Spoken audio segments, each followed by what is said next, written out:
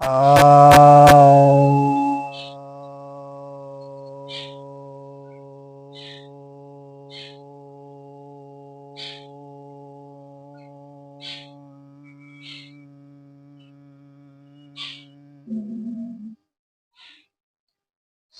भक्तजनों को सप्रेम नमन। तो आज आपके कठोपनिषद संबंधित एक श्रुति वचन सुनाने जा रहा हूं आपके समक्ष। ये कठोपनिषद के प्रथम अध्याय के प्रथम वल्ली के पंचदश मंत्र की बात है। इदम श्रुतेर्वचनम, यह श्रुति का वचन है।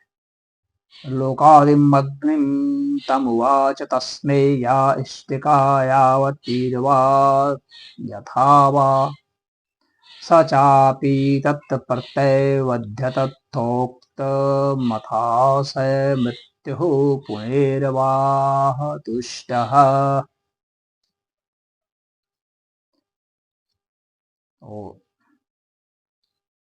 इसमें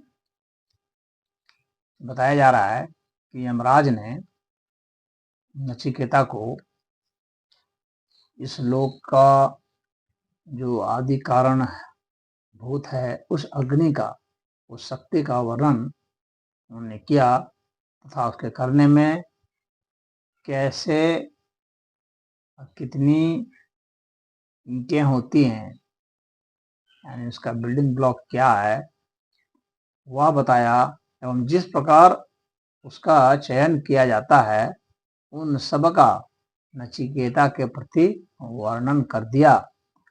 और नचिकेता ने भी जैसा उन्होंने बताया, जितना बताया वह सब सुना दिया, ठीक वैसा का वैसा ही।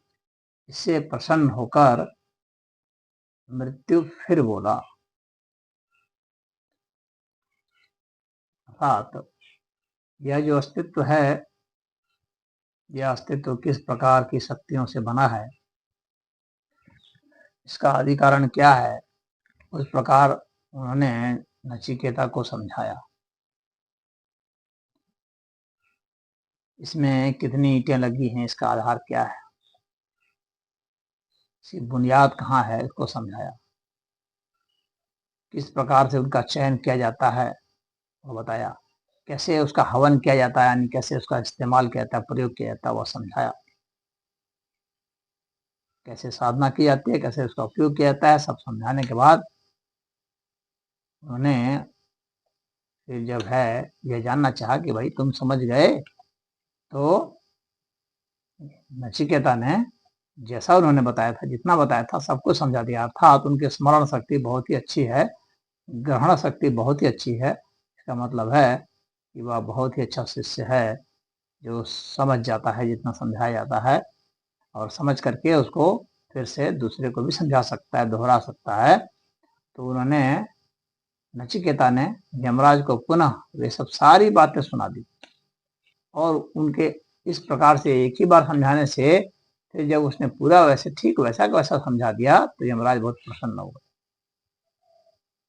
वो समझ गए कि ये तो बहुत ब्रिलियंट बच्चा है, इतना सब समझ गया इतना जल्दी, जो जो बताया तुरंत सब समझ गया और वैसा का वैसा कर दिया।